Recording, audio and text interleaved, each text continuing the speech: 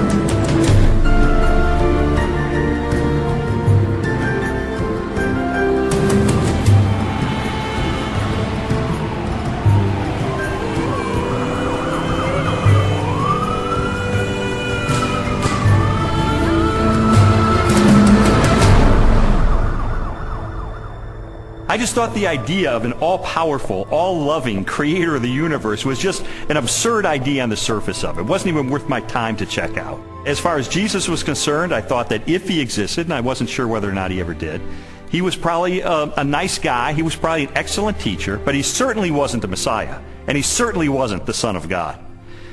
Now, my wife was more in spiritual neutral. She was more of an agnostic, whereas I was more antagonistic toward Christians.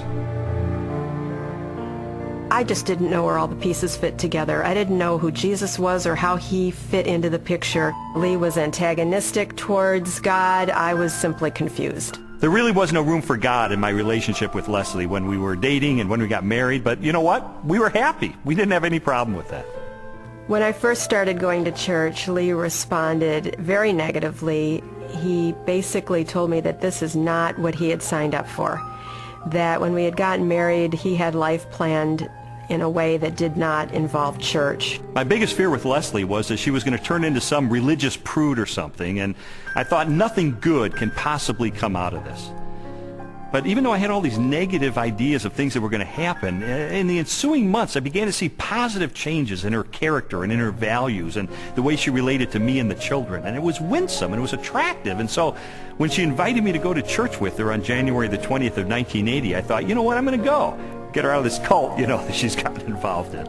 He did go in with his reporter's notebook so he could take notes and try to find the scandal. Well, the pastor gave a talk that day called Basic Christianity, and he just systematically laid out what it is that Christians believe. And my mind was blown because I had all these misconceptions, and he really did straighten me out on a lot of things. And I remember walking out that day saying two things. First of all, I was still an atheist. He didn't convince me that day that God exists. But secondly, I realized if this is true, this has huge implications for my life. Lee's approach was very different from mine. Mine was mostly a heart issue. I wanted to know that God was real, and the way that was real for me was experientially. And for Lee, it was more about documentation, about being able to have facts that proved it true. Well, I was a journalist, so there was really no problem with me picking up the phone and calling a scholar and saying, hey, I'm Lee Strobel, I'm with the Chicago Tribune. I'd like some background information about the New Testament. And so I would do that, and I thought it was going to be so easy to expose the fallacious thinking behind Christianity. But as it turned out, it took me almost 2 years of my life to investigate these issues. It really was, in a sense, the most exciting story I'd ever pursued as a journalist. I think, unfortunately, because the documents, the New Testament and specifically, were written so far after Jesus' death, that it's really hard to say. I don't know myself that it was real. I was not there, but people were there at that time. So their account of things that happened back 2,000 years ago has been passed down. As an attorney, I rely on evidence. And so, you know, it would be tough to get evidence at this late date. Well, I began my investigation by looking at the gospel accounts. How did I know that the New Testament was telling me the truth when it talked about Jesus? Now, obviously, I didn't accept the New Testament as being the inspired Word of God. I certainly didn't accept it as being inerrant. But what I had to accept it as being, which it undeniably is a set of ancient historical documents. And I knew that historians had criteria that they could apply to determine whether or not these documents are trustworthy. So those are the kind of people who I pursued. I went after the heavy hitters. I went after the expert witnesses who could help me sort through these issues. J.P. Moreland, Biola University. Mark Strauss, Bethel Seminary. Craig Blomberg, Denver Seminary.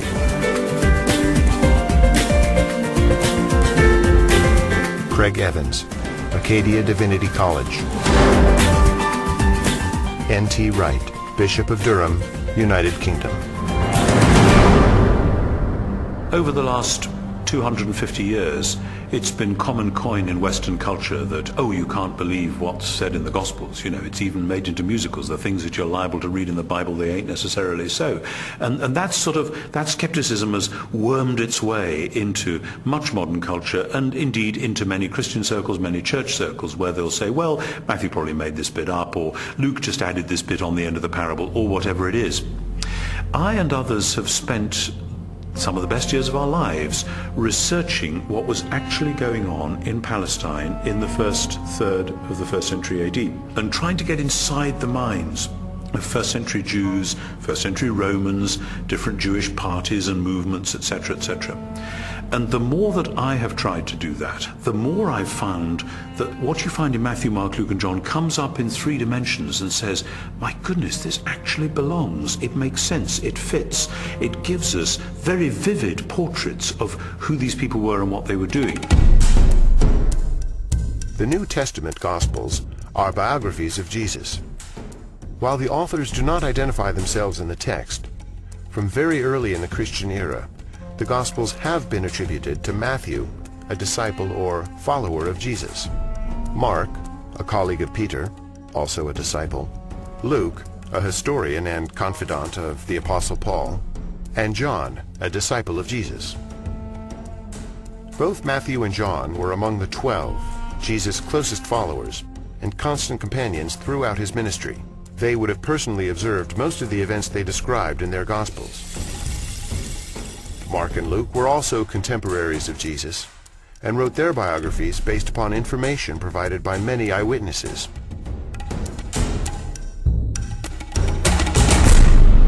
I knew from my years as a legal journalist the importance of eyewitness testimony.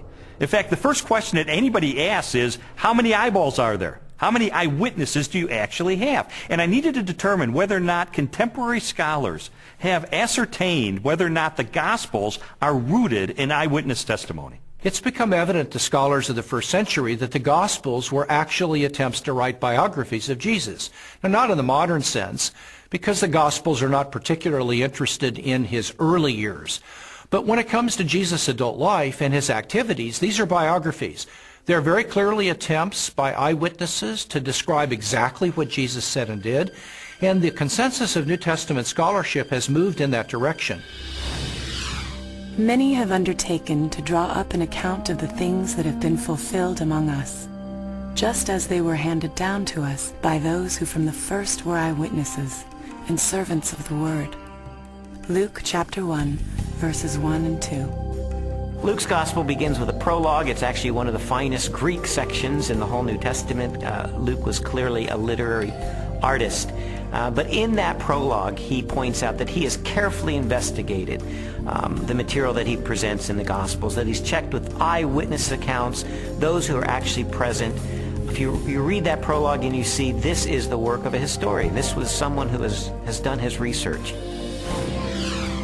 Therefore, since I myself have carefully investigated everything from the beginning, it seemed good also to me to write an orderly account for you,